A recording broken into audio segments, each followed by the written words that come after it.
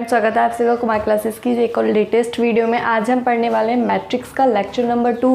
1 lecture आ चुका है और इसमें हम पढ़ने वाले हैं टाइप्स ऑफ मैट्रिक्स। मैट्रिक्स कई प्रकार के होते हैं, उन्हीं का हम डिस्कशन करने वाले हैं कि मैट्रिक्स कितने टाइप्स के होते हैं और कैसे कैसे होते हैं। ठीक है, फिर इससे रिलेटेड हम कुछ क्वेश्चंस करेंगे। पहले हम देखते हैं कि टाइप्स ऑफ मैट्रिक्स। सबसे पहला है स्तंभ आव्यूह। स्तंभ आव्यूह यानी कि कॉलम मैट्रिक्स, इसको इंग्लिश में बोलते हैं। इसका मतलब क्या है कि केवल एक स्तंभ हो। ऐसा हो सकता है कि एक आव्यूह ऐसा दे रखा हो हमें, उसमें लाइन मतलब कि पंक्तियां तो कितनी भी हो सकती है, लेकिन स्तंभ कितना होना चाहिए, स्तंभ एक ही होना चाहिए और पंक्तियां कितनी भी हो सकती है। जैसे कि एग्जाम्पल हम लें, इस प्रकार का ले लेते हैं कि 2 3 4 5 6, तो इसमें पंक्तियाँ कितनी है 1 2 3 4 5। तो पंक्तियाँ कितनी है इसमें, रोज कितनी है इसमें 5।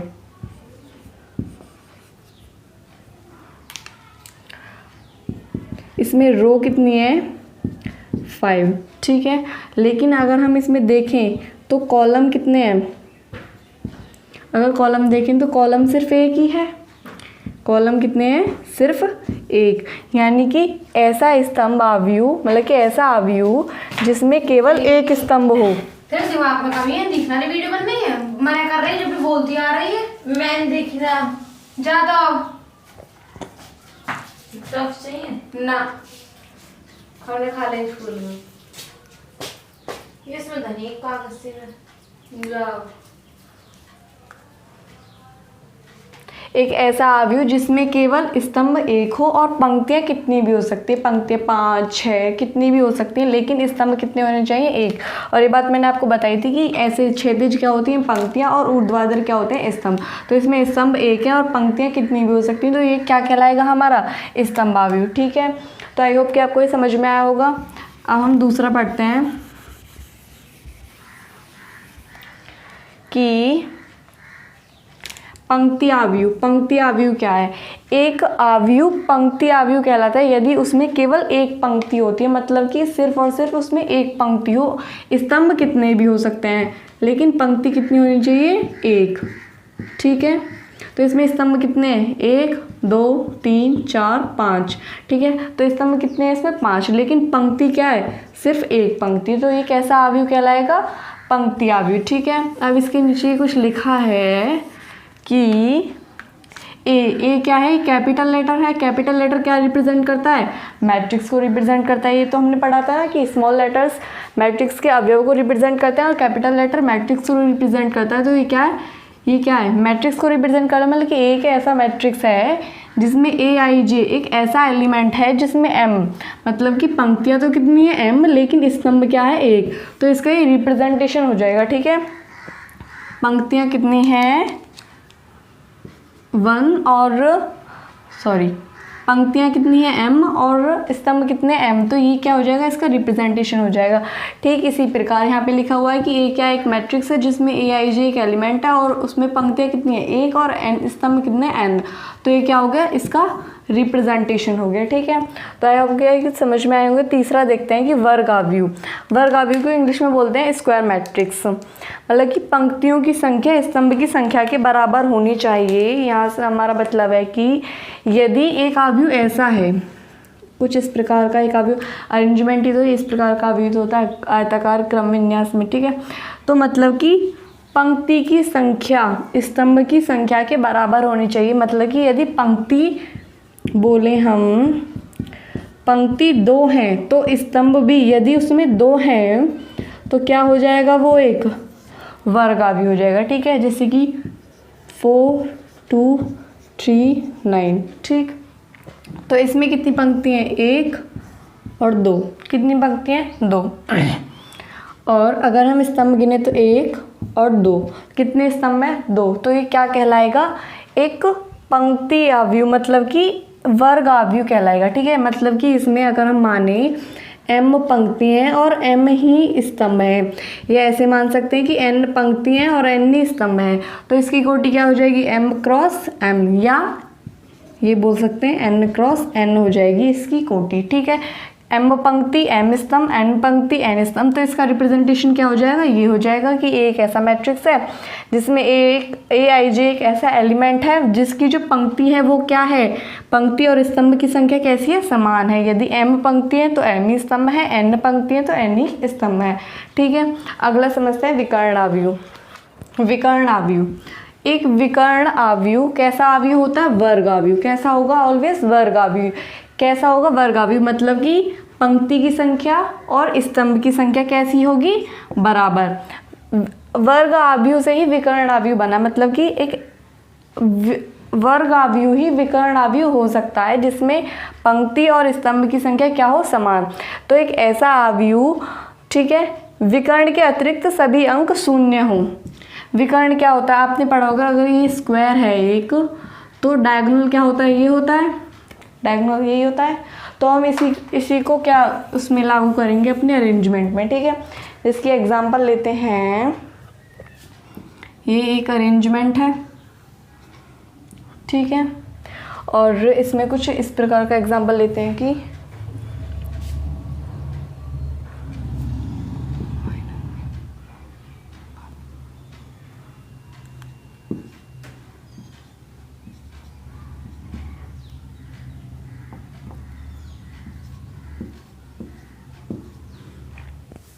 हाँ, तो ये हमारा एग्जाम्पल हो जाएगा विकर्ण आव्यूह का, मतलब कि जिसमें विकर्ण के जो अंक हैं, विकर्ण के अंक तो शून्य ना हो लेकिन और सभी अंक क्या हो, शून्य हो। विकर्ण के अतिरिक्त सभी अंक कैसे हो, शून्य हो। अब इसमें हम देखते हैं कि 3 पंक्ति हैं इसमें और 3 ही स्तंभ हैं इसमें, तो ये एक वर्ग आव्यूह हुआ। तो मतलब कि इसकी कंडीशंस हैं कि ये विकर्ण आव्यूह होगा। उसके लिए हमने चेक करा कि क्या इसके विकर्ण के जो एलिमेंट्स हैं उनसे जो दूसरे एलिमेंट है क्या वो सभी जीरो हैं। तो हमने देखा तो हाँ वो जीरो हैं, तो क्या हो जाएगा हमारा, ये विकर्ण आव्यूह हो जाएगा। या फिर एक एग्जांपल हम ऐसे भी ले सकते हैं कि 2 पंक्ति हो, 2 स्तंभ हो, 1 2 0 और 0। ठीक है, तो विकर्ण के एलिमेंट तो जीरो नहीं है लेकिन और जो अदर एलिमेंट्स हैं वो जीरो हैं और 2 पंक्तियां हैं, 2 ही स्तंभ हैं, तो ये एक वर्ग आव्यूह भी है। तो क्या हो गए, ये दोनों हमारे कैसे हो गए, विकर्ण आव्यूह। ठीक है, अगला समझते हैं अदिश आव्यूह। ठीक है, इसका रिप्रेजेंटेशन क्या होगा, मतलब कि इसका रिप्रेजेंटेशन क्या होगा, जैसे हमने करा था, एक क्या है, वाव्यूह है, आव्यूह है, बड़े लेटर से रिप्रेजेंट करेंगे। ठीक है, तो इसमें एक एलिमेंट aij कैसा होगा, जो m क्रॉस n से लिया गया होगा या n क्रॉस n से लिया गया होगा। ठीक है, यदि i और j दोनों इक्वल हैं तो aij क्या होगा, कुछ भी हो सकता है, कोई भी हमारा नंबर हो सकता है। ठीक है, कोई भी हमारा फंक्शन हो सकता है। ठीक है, और यदि i j के इक्वल नहीं है तो क्या होगा, वो aij जो एलिमेंट होगा वो क्या होगा, हमारा 0 होगा। क्योंकि हम यहाँ पे देखें तो ये कौन सा है, पहली पंक्ति का पहला अवयव, ये दूसरी पंक्ति का और पहले स्तंभ का, ये तीसरी पंक्ति का और पहले स्तंभ का अवयव। ठीक है, ये दूसरे स्तंभ का है और पहली पंक्ति का है।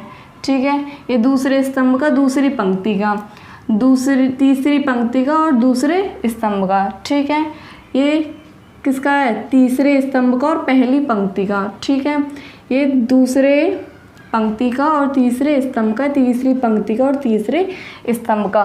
तो जिनमें i और j इक्वल हैं, इसी प्रकार से इसमें ये 1 1 हो जाएगा, ये 2 2 हो जाएगा और ये 2 1 हो जाएगा और ये हो जाएगा 1 2। ठीक है, तो जिनमें i और j दोनों इक्वल हैं, i और j इक्वल हैं 3 3 2 2 2 2 1 1।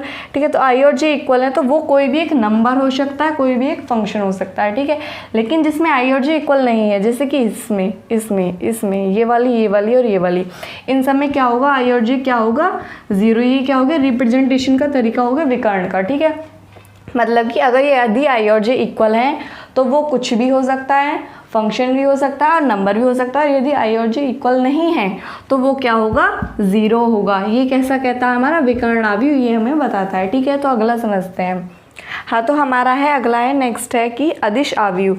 अदिश आव्यूह एक विकर्ण आव्यूह होता है। हमने वर्ग आव्यूह से रिलेट करा विकर्ण आव्यूह को, और विकर्ण आव्यूह से रिलेट कर रहे हैं अदिश आव्यूह को। ठीक है, तो ये कैसा है, एक विकर्ण आव्यूह, मतलब कि विकर्ण आव्यूह से क्या सेंस समझते हैं, विकर्ण में जो आने वाले पॉइंट्स हैं, अवयव हैं, वो तो होने चाहिए, कुछ भी हो सकते हैं, वो तो रियल नंबर भी हो सकता है, फंक्शन भी हो सकते हैं, लेकिन उसके साइड में जितने भी एलिमेंट्स हैं वो क्या होने चाहिए, ज़ीरो। ठीक है, ओके। अदिश विकर्ण आव्यूह हमारा ये कहता है। अदिश आव्यूह कब कहलाता है एक विकर्ण आव्यूह? अदिश आव्यूह कब कहलाता है? जब भी कि उसके विकर्ण के जो सारे अवयव हों वो क्या हों, ज़ीरो, और बाकी सब क्या हों, ज़ीरो। ठीक है, मतलब कि उसके विकर्ण के सारे क्या हो, समान हो। जैसे कि ये है, विकर्ण के सारे अवयव समान है, √3 √3 √3, और इसमें क्या है, ये भी सब समान है, 5 और 5। ठीक है, और सब एलिमेंट्स क्या है, ज़ीरो, मतलब कि विकर्ण पे ही क्या है, विकर्ण पे ही एलिमेंट्स, विकर्ण के एलिमेंट्स ही ज़ीरो नहीं है। इसमें भी विकर्ण के एलिमेंट ज़ीरो नहीं है और बाकी एलिमेंट ज़ीरो है, तो ये एक विकर्ण आव्यूह तो हुआ, लेकिन विकर्ण के जो एलिमेंट है वो सब क्या है, इक्वल हैं, सेम है, किसी एक नंबर के बराबर हैं। ठीक है, तो ये क्या हो जाएगा, अदिश आव्यूह। ठीक है, तो इसका रिप्रेजेंटेशन क्या कैसे हो जाएगा कि aij ज़ीरो है जब i not equal to j, जैसा कि पीछे बताया था अभी। और यदि aij is equals to k, पिछले में तो हमने कहा था कि वो कुछ भी फंक्शन हो सकता है, कोई भी रियल नंबर हो सकती है। ठीक है, लेकिन इसमें वो एक कांस्टेंट ही होगा। k क्या है यहाँ पे, कांस्टेंट, मतलब कि कुछ भी, या तो अगर यहाँ साइन है, साइन साइन साइन होगा, सब में सेम ही रहेगा, वो एक कांस्टेंट रहेगा, तो ये क्या हो जाएगा हमारा अदिश आव्यूह। ठीक है, तो अगला समझते हैं शून्य आव्यूह। शून्य आव्यूह, तो शून्य आव्यूह क्या है कि जिसके सभी अवयव क्या हों, ज़ीरो हों, और इसे हम क्या बोलते हैं, शून्य आव्यूह को क्या बोलते हैं, रिक्त आव्यूह भी बोलते हैं, रिक्त आव्यूह। ठीक है, तो ये कैसा हो जाएगा हमारा, ये कुछ इस प्रकार का होगा जिसके सारे अवयव क्या हों, ज़ीरो। ठीक है, कैसा हो, ज़ीरो, और इसमें कोई ये नहीं है कि ये वर्ग ही हो, ये ऐसा भी हो सकता है जिसके m और n अलग अलग हैं। ठीक है, तो ये हमें देखना है। ठीक है, तो शून्य आव्यूह तो बहुत आसान है। अगला समस्या है तत्समक आव्यूह। तत्समक आव्यूह, तत्समक आव्यूह कैसा होगा, एक विकर्ण आव्यूह होगा, मतलब कि विकर्ण के सभी अवयव एक तथा अन्य सभी शून्य होते हैं। हमने इसमें तो क्या पढ़ा था कि कुछ भी कांस्टेंट हो सकते हैं। इस सबसे पहले देखते हैं हमने विकर्ण में क्या पढ़ा था। विकर्ण में हमने पढ़ा था कि कोई भी फंक्शन हो सकते हैं या नंबर हो सकते हैं। ठीक है, और इसमें फिर हमने क्या पढ़ लिया कि अगर कांस्टेंट है तो क्या हो जाएगा, वो अदिश आव्यूह हो जाएगा, और यदि विकर्ण के अवयव 1 हो तो वो क्या हो जाएगा, तत्समक आव्यूह। और इसका रिप्रेजेंटेशन क्या होता है, इसका रिप्रेजेंटेशन होता है i। यदि कोई भी n कोटि का आव्यूह है तो हम उसका रिप्रेजेंटेशन क्या कर देते हैं, i। ये एक तत्समक आव्यूह कहलाएगा, i, मतलब कि जिसमें 1 1 और 1 होंगे विकर्ण के अवयव, और सभी क्या होंगे, ज़ीरो। ठीक है, तो इसमें 1 ही होंगे, अलग कुछ नहीं हो सकते। अगर अलग हैं और सेम है तो वो अदिश हो जाएगा, और यदि ये सब ज़ीरो हैं और ये सब तीनों अलग अलग हैं, सेम नहीं है, तो वो क्या हो जाएगा, विकर्ण आव्यूह हो जाएगा। ठीक है, तो हम नेक्स्ट देखते हैं कि आगे हमारी बुक क्या कह रही है। ठीक है, हमारी डेफिनेशन है बुक में कि यदि दो आव्यूह a और b जिसके एलिमेंट्स किस फॉर्म में है, इस फॉर्म में। ठीक है, हम उन्हें कब कहेंगे कि वो दोनों समान हैं, समान कहलाते हैं यदि वे समान कोटि के हैं, मतलब कि इन दोनों में जो कोटि है वो समान है। यदि इसमें 5 पंक्ति हैं तो इसमें भी 5 पंक्ति होनी चाहिए, इसमें 4 स्तंभ हैं तो इसमें भी 4 स्तंभ होने चाहिए। अब ये मत सोच लेना कि 5 × 4 = 4 × 5, ऐसा नहीं है, क्योंकि इसमें ऐसा है, इसमें 5 पंक्ति हैं और इसमें 4 पंक्ति हैं, तो ये गलत हो जाएगा। ठीक है, और इसमें 4 स्तंभ है और 5 स्तंभ है, तो ये गलत हो जाएगा। 5 × 4 और 5 × 4 ही सेम है। ठीक है, तो यदि वे समान कोटि के हों, दोनों में पंक्ति की संख्या बराबर हो और दोनों में स्तंभ की संख्या कैसी हो, बराबर हो आपस में। ठीक है, दूसरा, a का प्रत्येक अवयव b के संगत अवयव के समान हो, मतलब i और j जो हैं, i और j के सभी मानों के लिए aij bij के इक्वल होना चाहिए। इसे एक एग्जांपल से समझते हैं कि एक आव्यूह ले लिया a 2 3 0 5 और एक आव्यूह ले लिया हमने b 2305। तो वैसे तो हमें देख के पता चल रहा है कि ये दोनों सेम है, लेकिन आगे अभी हम क्वेश्चन करेंगे तो पता लगेगा कि कैसे इस पे बेस्ड क्वेश्चन आएंगे, ठीक है। तो ये पहला एलिमेंट और पहला ही है, वो पहली पंक्ति पहला स्तंभ, इसकी भी पहली पंक्ति पहला स्तंभ दोनों सेम है, तो दोनों के एलिमेंट भी सेम होने चाहिए। और ये क्या है, दूसरी पंक्ति दूसरा स्तंभ, इसमें देखें दूसरी पंक्ति दूसरा स्तंभ, ये दोनों भी सेम है, ठीक है। और ये क्या, पहली पंक्ति दूसरा स्तंभ, इसमें भी पहली पंक्ति दूसरा स्तंभ, मतलब कि दोनों की सेम है, ठीक है। तो ये दोनों भी क्या होने चाहिए, आपस में सेम होने चाहिए, मतलब कि प्रत्येक अपने संगत अवयव के क्या होना चाहिए, सेम होना चाहिए, ठीक है। तो अभी हम इस पर क्वेश्चन करके देखते हैं, ठीक है। तो यहाँ से हम क्या बोल सकते हैं कि जो ए और बी हैं वो दोनों क्या हैं, इक्वल हैं, ठीक है। एक क्वेश्चन कर लेते हैं इस पर बेस्ड। नेक्स्ट क्वेश्चन है कि ये एक अवयव है और ये एक अलग अवयव है, ये दोनों हमें इक्वल दे रखे हैं। तो इक्वल दे रखे हैं तो हमें क्या पता चल रहा है कि इन दोनों की कोटि समान है, 3 पंक्ति 3 स्तंभ, 3 पंक्ति 3 स्तंभ, मतलब कि दोनों कोटि समान है। कैसी है, 3x3 और 3x3, तीनों की पंक्ति कैसी है, कोटि कैसी है, समान, ठीक है। तो दूसरा क्या पता होता है कि हमें प्रत्येक अवयव अपने दूसरे अवयव के संगत अवयव के बराबर होता है। अगर हम इसे देखें, इसमें हमें इन सब की वैल्यू फाइंड आउट करनी है, ठीक है। तो ये क्या है, पहली पंक्ति और पहले स्तंभ का अवयव है, पहली पंक्ति और पहले स्तंभ का अवयव। इसमें देखिए पहली पंक्ति और पहले स्तंभ का अवयव क्या है, 0, यानी कि ये किसके इक्वल होना चाहिए, 0 के इक्वल होना चाहिए। x+3 किसके इक्वल होना चाहिए, 0 के, मतलब पहली पंक्ति का पहला स्तंभ, दोनों की पहली पंक्ति के पहले स्तंभ आपस में इक्वल होने चाहिए। सो हमने कर दिया, तो x बराबर कितना आ गया, -3, ठीक है। अगला देखते हैं -6 दोनों इक्वल है। b-3 2b+4, ये कैसा होना चाहिए, इक्वल, पहला स्तंभ और तीसरी पंक्ति, पहला स्तंभ और तीसरी पंक्ति का अवयव कैसे होने चाहिए, आपस में समान होने चाहिए, मतलब कि b-3 इक्वल होना चाहिए 2b+4 के। इसे सॉल्व कर लेते हैं, तो ये इधर आ जाएगा हमारा -4 -3 = 2b - b, तो यहाँ क्या बच जाएगा, b = -7, ठीक है। तो b की वैल्यू क्या आ गई हमारी, 7। आगे करते हैं, z+4 किसके इक्वल होना चाहिए, 6 के इक्वल होना चाहिए। z+4 = 6 और z = 2, ठीक है। अगला a-1 किसके इक्वल होना चाहिए, -3 के इक्वल होना चाहिए। a-1 = -3, ऐसे ही नहीं लिख रहे, डेफिनेशन से लिख रहे हैं। डेफिनेशन अभी तो पढ़ी थी हमने, संगत अवयव बराबर होने चाहिए। तो a = -3 + 1 क्या आ जाएगा, -2, ठीक है। अगला देखते हैं -21 दोनों सेम है। नेक्स्ट देखते हैं 2y - 7 किसके इक्वल होना चाहिए, 3y - 2 के। तो 2y - 7, एक ये निकालना, एक ये निकालना, एक ये और ये 5 में 2y - 7 किसके इक्वल होना चाहिए, 3y - 2 के, ठीक है। तो 2y - 3y = -2 + 7 = 5, -y = 5, तो y = -5, ठीक है। तो ये निकल गया। अगला 0 किसके इक्वल होने चाहिए, 2c + 2 के। 6 और निकाल लेते हैं कि 2c + 2 किसके इक्वल होना चाहिए, 0 के। तो 2c = -2 और c = -1, ठीक है।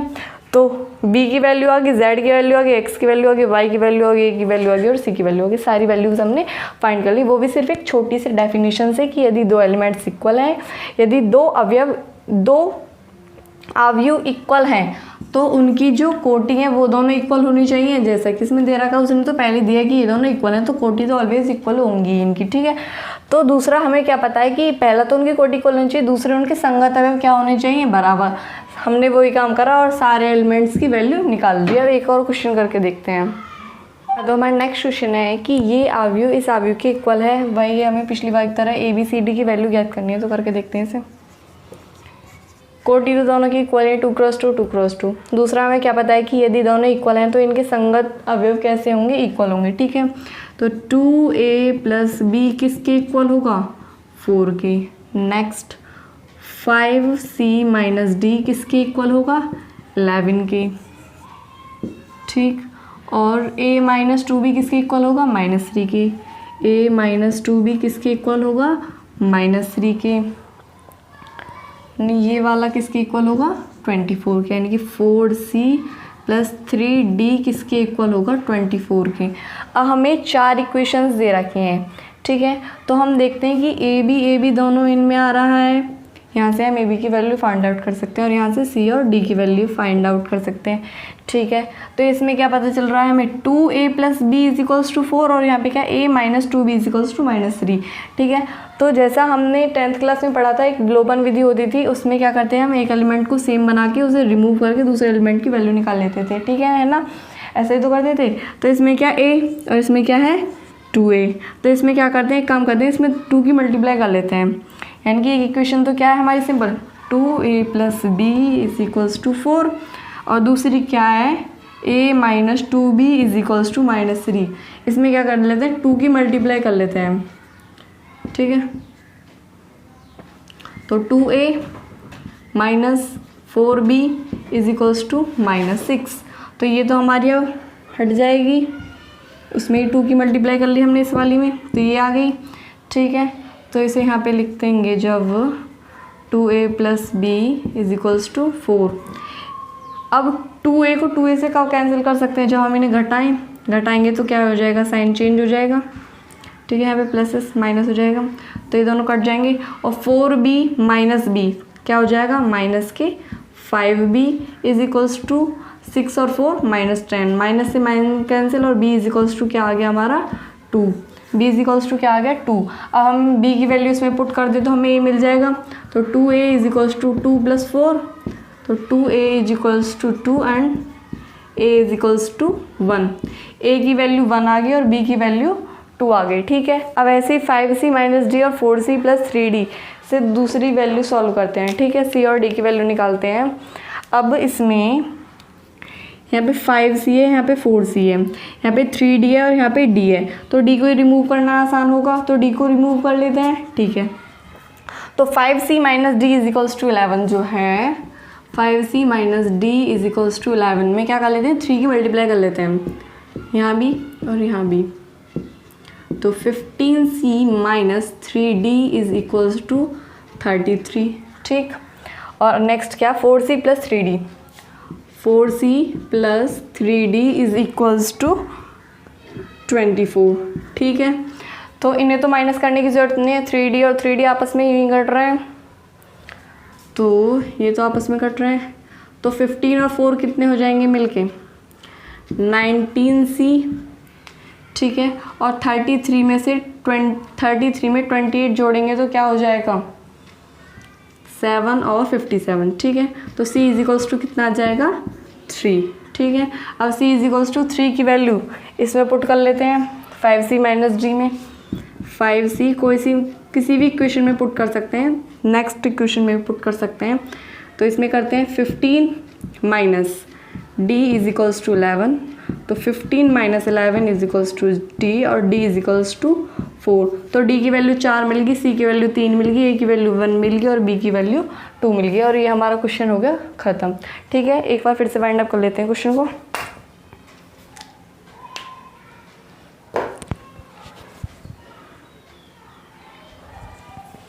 हाँ, तो हमारा क्वेश्चन था कि दो अवयव हमें समान दे रखे थे, तो दो अवयव जो हमें समान दिए होते हैं तो उसकी क्या डेफिनेशन होती है कि उनकी कोटि समान होनी चाहिए।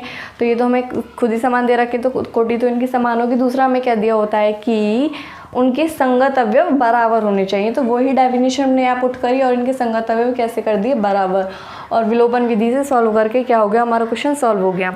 और यदि आपको वीडियो पसंद आई हो तो वीडियो को लाइक करें, कमेंट करें और अपने फ्रेंड्स के साथ शेयर करें। और यदि आपको मैथ्स की एक्सरसाइज के सॉल्यूशंस चाहिए तो आप नीचे व्हाट्सएप नंबर पर जाकर मैसेज कर सकते हैं, वहाँ से आपको फिजिक्स, केमिस्ट्री, मैथ्स और तीनों के हैंड रिटन नोट्स मिल जाएंगे। Thank you so much.